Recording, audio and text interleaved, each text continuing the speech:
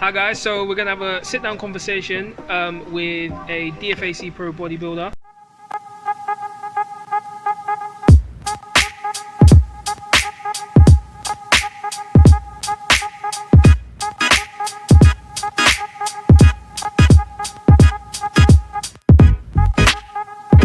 Yes, so my name is Opio Tia Okwe. I am a DFAC Pro. I earned my pro status in 2018 at the Worlds in Miami, which was definitely a year to remember. So again, I've just been doing bodybuilding. Well, first ever show was 2015.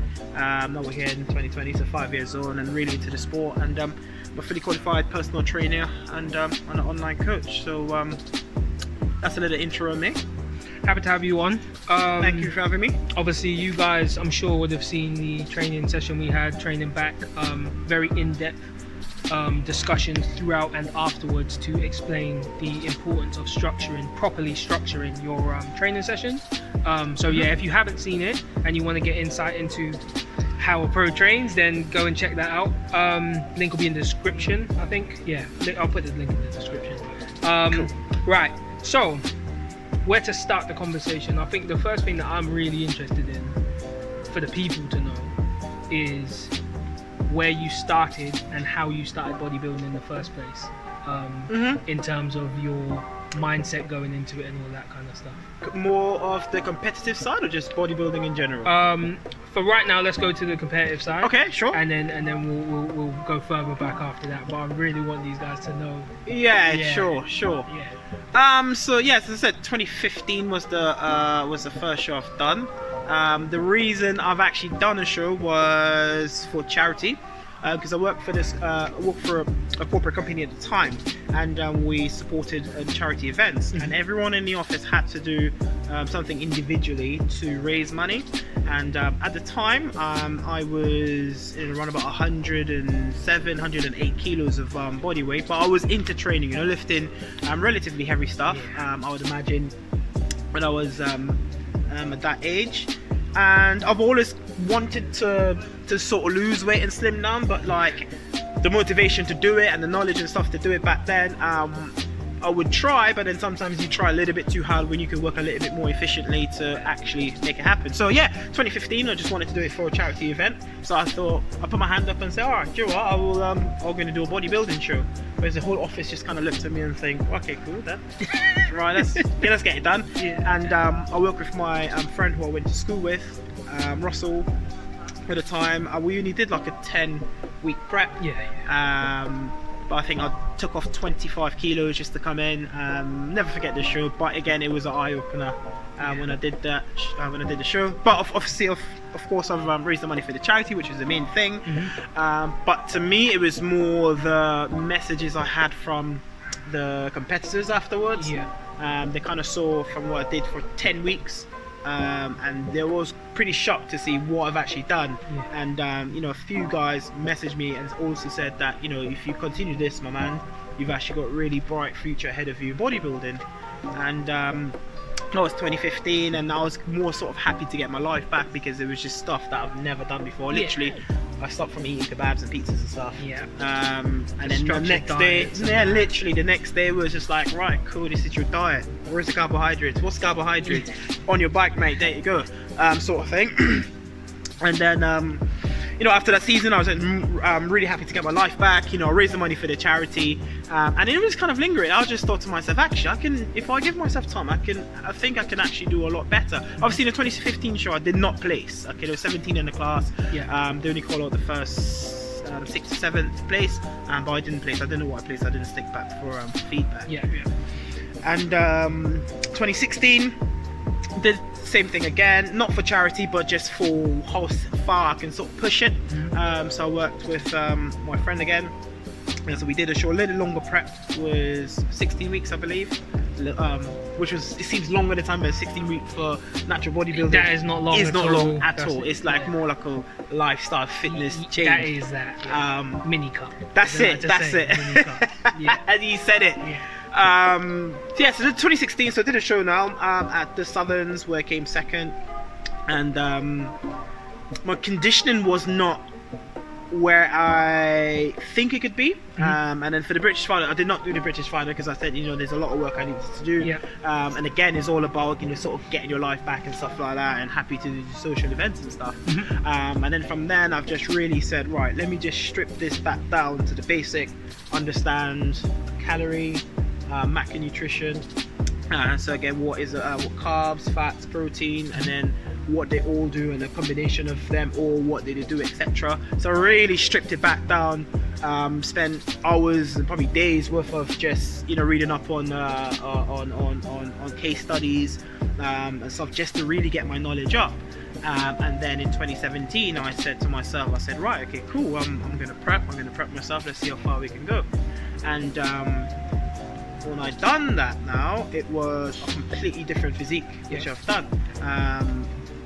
And the first qualifier I did was when the BNBF had the what's it called? Body power. BNBF is the body power for the first year. So that's where I competed at the qualifier, the body power. Heavyweight class, won my class, which is again very exciting. It's the first win I've had, prepping myself. And then the overall lost to James Boyner. He took the overall that qualifier. And then a few months down the line, there was the British finals. Again, I slightly underestimated the British finals in 2017. Winning there as a heavyweight class, came in tighter than I was, but again, it wasn't a British worthy placement, sort of conditioning. And I came joint 6th, and then literally from there I was just like, right, okay, what do I need to do? And it just came down to, a message. Fortunately, Vicky from the BNBF did a whole feedback video breakdown on the individuals as they were going through, like no other federation's done that, which I think is amazing. And from there I just really stuck with, if you've got the body, if you've got the balance, you've got the physique, you just need to come in harder. And that was in 2017. And then at the time I came 6th, whatever, but again it was kind of disappointing from winning a qualifier in the British finals, and it was literally I've never seen anything like it. Came 6th, and then I was not going to compete in 2018 because the other half was pregnant for first. And then again I decided to, in 2018, so baby's due in April, I decided to compete in February the 6th, I think I had 7th, I had a conversation with her. And then February the 8th, I was in prep. I said, I'm gonna have to do it, because there's things that I want to do in my life, and whereas my company was and stuff, etc. I just wasn't. I couldn't picture myself in 5 years' time at the company. So what I wanted to do was go into the health and fitness industry, become a personal trainer, help people to get off stage, and effectively earn pro status. So decided to do it 2018, and really go for it. Started in February, had a qualifier in July, which was in Basingstoke. July 18 was the first. It was qualified for the Southerns, and that's what I did. So obviously I prepped from then to now. James Pointer happened to do that show. We were in both middleweight class. He won the middleweight class and then won the overall as well. So again, James Pointer is a very good athlete and a very good friend of mine. Obviously, throughout the years we've been competing with each other. Healthy rivalry. No, absolutely. And that was, again, he's one of the other reasons why I always wanted to push, because for me it's kind of like, if you can get to his level and sort of beat him, you should naturally be a very good contender. If that makes sense. So I can see qualifier, and I was thinking, oh my gosh, like the same feedback. I really sat down and got feedback from Vicky. I was like, look, I'm dying here. Just become a dad. I'm working the state agency. I'm doing 60 hours a week. I'm up doing cardio 3:30 in the morning. Then I have to go to work, do a 10-hour shift, and come back, make sure there's food on the table for the girls at home. Then sorting myself up for prep, because again, when you prep, you need to sort everything out before you go to bed. I do it anyway, and I was literally going to bed 12:30, 1 o'clock every night without fail, and I was up at 3:30 every night without fail. Again, making sure the mortgage and everything was paid. But again, that's more my personal life, you know. That's more my that's why you're here. That's my personal life. But you know, I did really want to push it to the limit, and I knew there's more I can give. And I just got my feedback from Vicky, and she just was like, yeah, I know you're working a little bit too hard, you know, what's your calories? I told her my calories. She said your calories are good, and she just said, why don't you turn around some of your macros a bit, keep the calories the same, and let me know how you got on. So I said, okay, cool, right, I've done that. And then literally 3 days later, started seeing crazy changes in my physique wise. And then Vic messaged, she's like, yeah, how are you getting on? I was like, I've never seen what's going on. Like, it literally went from a kind of a little softy look, to sort of harder, drier, deeper lines. And I was like, wow, okay. Again, bearing in mind, I was still doing all of that. So again, at the time, I've been prepping now for August, July. So that would have been 6 months, and then the British finals was in October. The October I can't even remember, the 7th, I think it was. I was gonna say it'll be early in. Yeah, it'll be early in. Yes, I'm still prepping. I'm still making sure that the mortgage and everything's done. I'm the only one working. Obviously, Mrs. is off work and stuff, etc. It was really tough. It's really hard. But again, I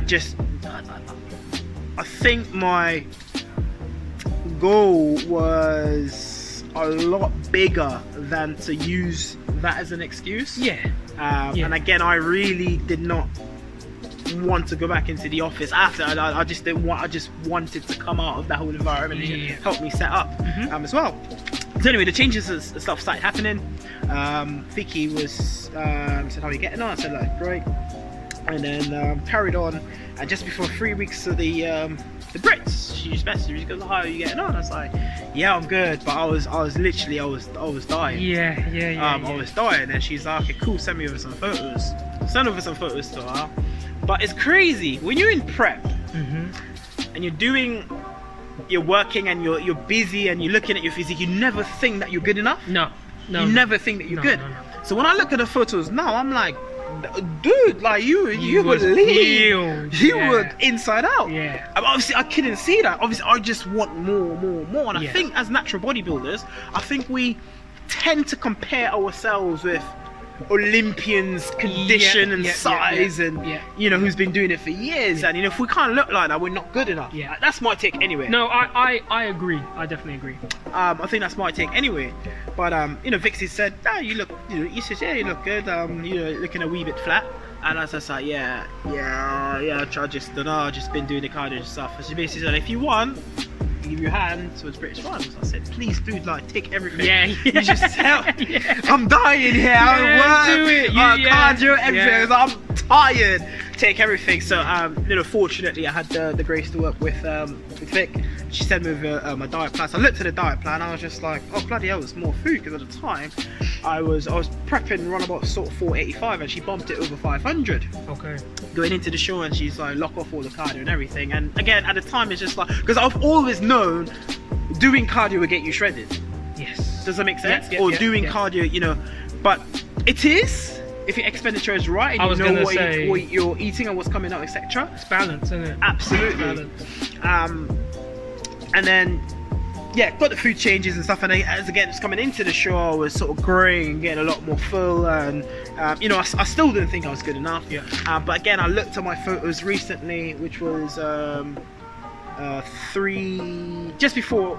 just before I carved up, and I looked at the photo recently, and I was thinking that, like, it was not being big-headed, but it was like a lot of conditioning, like through the glutes and everything, like overall. At that time, I locked off social media, so no one wasn't knowing what I was doing. It was ghosting a bit. And then again, I was seeing pictures of the boys, and I saw Tom posted a picture with him and James, and they look awesome, like just full condition. James's brother Tom, Yes, they're the brothers, really good bodybuilders. Really good. And was lots of social media, and I was I say lots of social media. I wasn't posting. So I was seeing what's going on and everything. And you know, it's quite interesting because I messaged Tom. I was like, oh yeah, what do you reckon for the British finals? You know, who you think is going to get a pro card? This, that, Java. And he said, oh yeah. He mentioned Adrian, which he went on to win his pro card that year as well. Yeah. He said James has got a very good shout, which he has. Always. Someone else, I think. What's his name? I can't think of the name off the top of my head. Lightweight. No. He got his Masters pro card. Oh. It will come Clifton. Yes, I know exactly who you're talking this about. is Clifton. You know, he's a really good. And to be fair, they've all got the pro card. You know, but for me, it was more looking at again. I definitely had James because James is up there thinking, I mean, he looks consistently good over the years and stuff, etc. But no one knew what I looked like back then. So again, come up to the Peak Week and stuff. And Vic asked what I do for my Peak Week. I showed her. She said, if you want, I can do for you. I was like, yeah, please take it. So I worked with Vic in her strategy. Driving to Liverpool from Reading. That was, it said 4 hours and 47 minutes, I think, on the sat nav. However, there was a parade on that weekend, so all the road closures and everything. And again, with a 6-month-old baby, in the car for 10 hours it took us. 10 hours. And again, got to the hotel, and the hotel wasn't like what we wanted.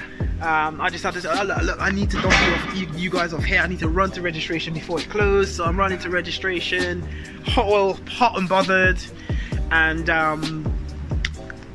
registered stuff. And then Vic was like, okay, cool, we'll just wait inside and then just have a look at you. At that time, you still don't think that you're good enough. You're like, I don't know, it's this Peak Week, well, I'm good. I'm just drained, I'm just tired of fatigue. And then she just had a look at me on the back. Again, keeping a very humble face about it. She was just like, you know, they always get second opinion, and I'm just like, what the hell's going on? I look good enough? And then the guy came along as well. He just came, literally just poker face, had a look, and he goes, how many more meals you have? Cool, just have that, and then that's it. Literally that was it. And then next day, the British finals, I just got up and I did not worry, I did not panic. I think I went to bed like 3 o'clock because again settling the baby and stuff like that. And this is, I don't really talk about it, but that was all by prep. Like I didn't even talk, and it was tough. British small finals, got up, didn't have to worry about anything because it is what it is. I've grinded 42 weeks of prep. I was like, there is no point worrying about. I've done 42 weeks. It is what it is. And just went registered again, get my number and stuff, sat down, chatted with the guys. At this point, again, I was still fully clothed and the call out the middleweights and how the preparation before you go on stage. How the rotation worked with the classes before they get in the glazing before they went out. So you would have guys on the corridor who was ready to go on stage.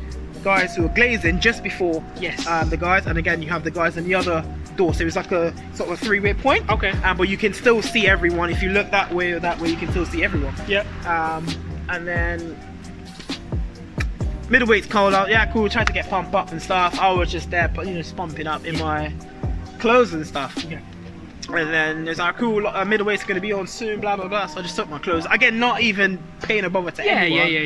And then it just got like really quiet. But I didn't really. I noticed it was quiet, and I think, oh, am I late or something? I was gonna say, But then when I look, everyone just sort of stopped, or just like looking at me, and all the middleweights, the heavyweights who was about to come in was like, who's this guy? Because a lot of people, even the middleweights, I was like, who is this guy? Because at Basingstoke, when I last competed, you didn't people look like didn't that. really. I was not really a contender. But that probably explains why you were so oblivious to the silence being about you and that, because you don't. That's not what you're thinking. You're not thinking, oh yeah, I look great. No. You're like, oh, I've got to get ready. That's all you're thinking about. So that's all I'm thinking. I've got to get ready. I've got to stay focused on what I need to do. Just go there and obviously, hopefully, fingers crossed, achieve what I wanted to achieve. And literally, as I was just pumping up, we finished pumping up, we were waiting to go on stage. Literally, everyone's looking at me. People are just like, mate, yeah. A couple people said, yeah, you've got this class, and I'm just like, oh no, I don't even, mate. I just want to just go and do my thing. And you genuinely believe that in the moment. At the time, how I was feeling, I was just like, I just wanted to go out there and just do my thing. It wasn't a cocky and confident thing. I've never once thought that. All I was in the back of my head was, go out and do your thing. 42 weeks, man. It is what it is. Your family is here. You do. What else can you have done? Okay, you know. And called us out on stage. And honestly, there was like because I think second to last. There was a big lineup in the middleweights, very aggressive middleweights that year, and it was like a wow factor, like a shock factor. If you can find videos, still you can actually hear people roaring in the crowd, which was crazy. And again, at this point, I didn't even. I was just do my front relaxes as I come out, and literally everyone was just like calling me. People were just like in the crowd. People were just like, "Mate, that is just look crazy." So we went through the mandatories and stuff like that. Got the first call, etc., etc., and it came on the back. And then halfway through the show, anyone who I walked past. Everyone who I walked past has said, "Hey, you're getting your pro card this," and I was like, "Oh, mate, like, don't even." I've got. Hopefully, get a title. That's some what I mean. title Exactly. in my in the. I've got a place as first in the middleweights, so again, there's a lot of positive compliments from people. Had a quick chat with Vic and afterwards, and she said, like, yeah, it's just like insane. A lot of people was like very shocked in how you look, and again, I still can't see my physique. Obviously, you look in the mirrh and stuff like that. But it's not the same. It's not the same. But when I look at it now, it was actually very high, very high quality of everything, you know. And evening show, done the routine, everything went well. Got the British title, and it was just kind of like a massive share of relief. Like, as soon as they call your name, or did it take a while to sink in? Because with different people, it's different. Sometimes it's right there in the moment. Yeah, for me, it was more like I got the title, and the only thing the first thing I could remember doing was hugging James Poyner. I'm pretty much like, thanking him, and he was a very good sportsman, saying like, dude, you deserved it, man. You look awesome. You've just had you've grinded, and even his brother Tom as well was saying like, dude, like what you've done, honestly, because you deserve it, man. Like you well and truly deserve this win. That was 2018, yeah? That was 2018. To this day, I've got Tom on Instagram, and to this day, every so often, he'll put in his story a picture with him and you on stage. And he's like, you lot do not understand what you went through to look like that. Like, to this day, people are still in awe. And you haven't been on stage since, and people are still reminiscing about your journey and the way you got there. And I think that's testament to how difficult it is. And I know you don't talk about it a lot, unless, again, you're close with people and you're having a conversation with people who is either in it with you or you're cool with. You don't really get to say that. And I think this platform is perfect for the guys to see that there's so much that will go unsaid. Yes, and the truth about bodybuilding, to be honest, and you get people, what's your body fat percentage? What's this and that? The truth about body fat, about bodybuilding, is when you go on stage to judge, it doesn't matter your race, where you come from, what you have to do to get there. If you did thousands of hours of cardio, it does not matter, or your body fat percentage. It does not matter. What matters is, have you got the package? And that's when and that's why I don't get why people use an excuse how to get to the stage, like if the judges should be a bit lenient. It doesn't work like that. You leave everything on the door, and that's what I like about it. And it's people say it, I think it's very fair, but one thing you can leave behind is how you get there. You don't need to, everyone gets there for different reasons, different ways and different reasons as well. It all depends on what you look like on the day. It's said throughout all levels of bodybuilding anyway. You can look great 3 weeks out. The judges couldn't care less. Exactly. Could not care less. It's irrelevant. Yeah, if you don't look like that on stage, we don't care. Sorry, Yeah. like you get Instagram title or something, but Yeah. but we're not out here trying to. They're not trying to give you nothing for that. Yeah, so true. I think that's a massive factor in the sport. No, absolutely. For me, from the main thing was obviously achieving the goal for the British title. Yeah. Obviously, there was a overall for the British Pro card. Again, people were still people was really rooting for me, Yeah. and people appreciated the fact that I was even today there's this I'm still very humble about it, and how I carry myself. Rightfully so. End of the day, we all diet hard, we all train hard. Yeah. We all have to do cardio hard to an extent if we need to, and you shouldn't judge anyone on stage as in think that you're better than someone. Yeah, Do you know what I mean? yeah. End of the day, you have to respect the competitors, and then what will be will be. Mm-hmm. So yeah, with British overall, again it was between me and Simo, Adrian Simpson. Again, we got really close after the British finals as well. Really good guy, and well deserved. And I've got the feedback, as you do at the end of every show, and he was just bigger than me, and I shook his hand and told him fair play, because he's been back there for years to get his pro card, so it doesn't make me any different for someone who's got the same goal. Exactly. It will be what it be. Yeah. And congratulated him, and I was pleased for him. And at that point, I wasn't sure if I was going to do the Worlds. Yeah. But literally, a few people said to me, don't want to say any names, but it's like, if you do the Worlds, there's a very high chance that you get overall. And I was like, okay. And then 42 weeks. Sorry, that was I said the 42. It was 42 weeks after the Worlds. Yeah, I know. So you mean. yeah, it was 35 weeks actually. Yeah. To the Brits, and then to do an extra 7 weeks, I was like, Yeah, that'd be dying. 42 weeks deep into. yes, at the Worlds. Yeah. But again, the main thing was my goal remained the same. My mum was really supportive in offering financially to pay for the flights to Miami. Again, is it luck or is it supposed to be? Because my auntie lives in Florida, so for stay was nothing. Yeah. It was only half an hour away from the main venue, and yeah, I continued to work with Vic. Kept my head down. Easiest way to explain it, I just felt awful. Yeah. That 7 weeks. Yeah. Didn't know how to explain it, and got better growing into a show. I was 1 kilo up, and that's when I've first wake up in the morning of a competition, and I looked at my physique and just look at my physique and was blown. Yeah. As in, you've actually, your physique just looks crazy. Yeah. Where if I move slightly, you can just see my muscle fibers. Everything just. You can just see my muscle just fibers. shivering. It was just deep bone, dry, hard, and full. And went to the Worlds. Best thing I've done. Obviously, I got the overall.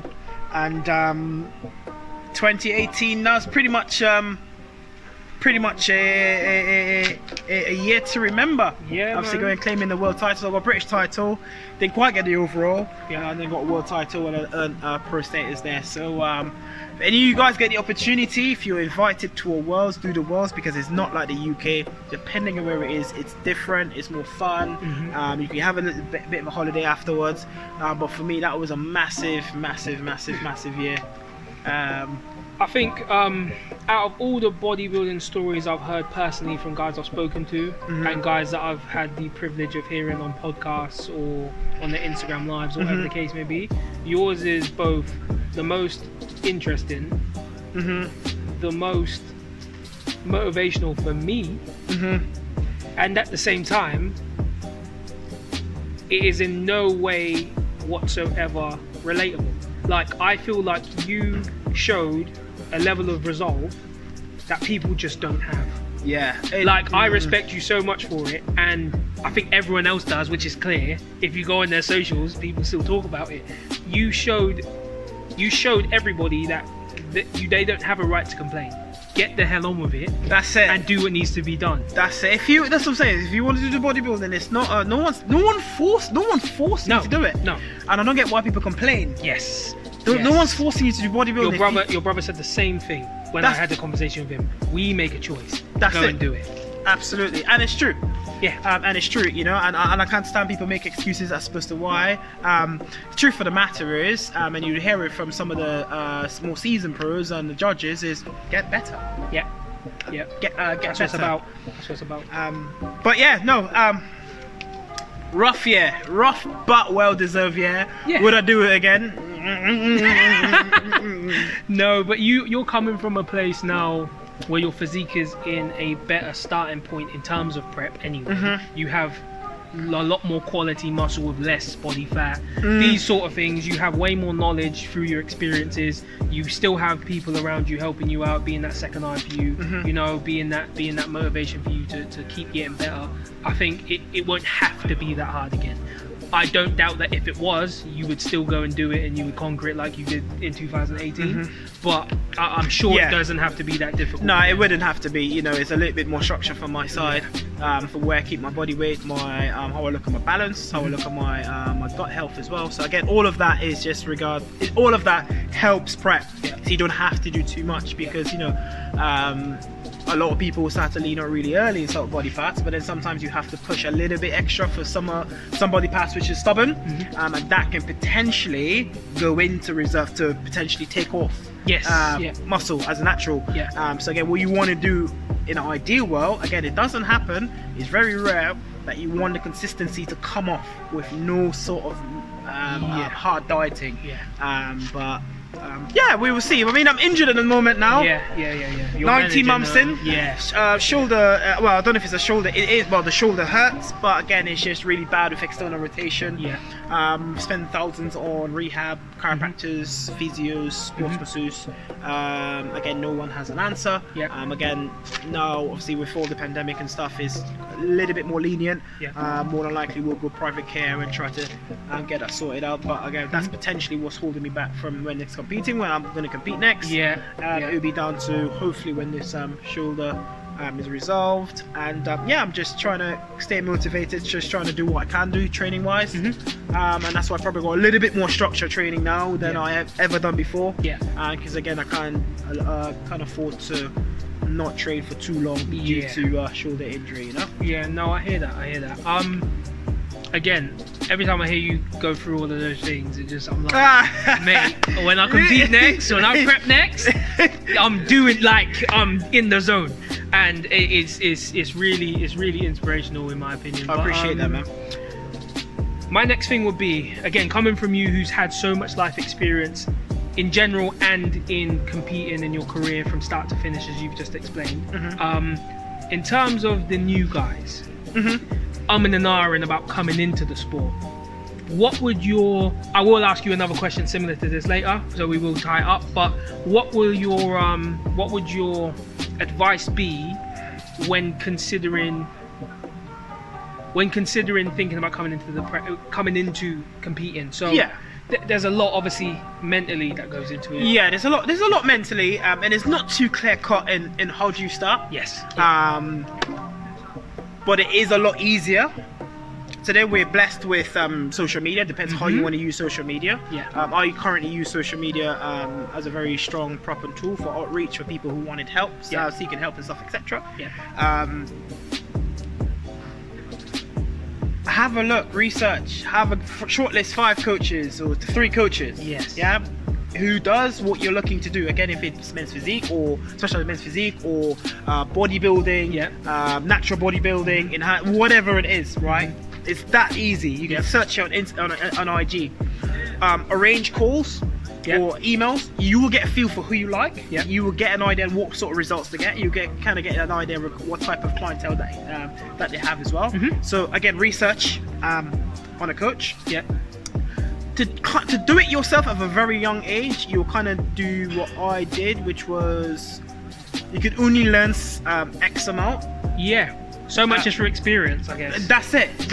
And again, how I like to explain it is, although that you're going to be a surgeon, brain surgeon, Yeah. you can read all the books that you like, Yeah. but you physically have to get hands-on You from have a to do senior it. surgeon to show you how to do it. Yeah. And that's what I would say is it's easier to get a coach. Secondly, as well, you want to make sure that the person who you do decide to go with gives you honest feedback on your physique. They might turn around and say, okay, cool, your physique's really good, you just need to build up this body part here, this body part here. You're looking at sort of 6 to 8 or 9 months or whatever to build it up, and then we will peel it off as well. So again, just to recap, coach. Secondly as well, honesty in your physique. So again, gives you an idea where you are. Yeah. Okay, where you are. So again, your coach will then eliminate your, help you get your structure, and your nutrition as well. Another big thing would be literally nutrition and posing. Yeah. Nutrition and posing. So if you could get a coach who can give you all of that, That'd be then great. it just makes it so much easier. And again, we're blessed with social media today. Is literally one message away or one Zoom call away. Yeah. You can arrange that as well. Don't overthink it. You get an idea on who you think that you would like. Mm-hmm. When the people speak to you, if you're quite confident and you're happy to speak to them over the phone, you will then get an idea when actually I quite like this person because we sort of get on, and I like what this person's getting on, and and then whatever you feel more comfortable with go with it. So that's it. So don't be scared. Speak to coaches. Shortlist them. Get honest feedback on your physique and what you need to do, or work with that coach, or go away with something that you need to work on, and then posing. Definitely posing. So those are my sort of 3 main points. That's what I will suggest. Cool. Is there anything else you want to bring up that I'm missing that you feel No. like is important for the people to know? No, it's especially if you're into natural bodybuilding, guys. It is a consistent long game. Yeah. It's a consistent long game. You have to allow time, because I know some people would want to add 5 kilos of lean muscle every year. That's not happening. No. Well, very, very, very unlikely. Your genetics will be on something else if that's happening. If that's happening. Give it time. Be consistent and train hard. That's all it is. Be hard. Just be consistent. Be consistent. Train hard. And eat your food. Remember that your training is revolved around your nutrition. 100%. That not the other way around. 100%. People think I would train and then think, oh yeah, let me see what I can eat. Yeah, No. Your nutrition first. Yeah. And that is your exertion. That's for your performance. Yeah. And that's it. Mhm. That's it. That's pretty much it, man. Cool. Love that. Right. Question number 1. What would you have as a 3-course cheat meal? If you could have anything, it could be from different restaurants, mix and match, do what you need to do. 3 courses, starter, main, dessert. A 3-course cheat meal. I don't know. I've never really thought of that, to be fair. I could think of. It's weird because I like Chinese. I love Chinese. Yeah. I love Chinese food, and again, you can have starters with quite a lot of their foods. Does that make sense? Yeah. So for me, it's not like a set Chinese. It's like all of it. Build it now. Build it. Build it now. So like, okay, cool. Capital spare ribs is a must. Okay. Ribs, special fried rice, Mhm. sweet and sour chicken balls. Yeah. We'll have some prawn crackers in there. Peppered beef as well. Yeah. And a beef chow mein as well. I like that. That's nice to me. yeah. That's I can do with that. And then cheat meal wise, I'm quite simple, man. I like cake. I like a nice little moist carrot cake, bro. You love carrot cake? Carrot cake. I speak to a lot of people and they Carrot love carrot cake, cake. man. My wedding cake was carrot. 1 tier of it was carrot cake. Oh, you didn't like it?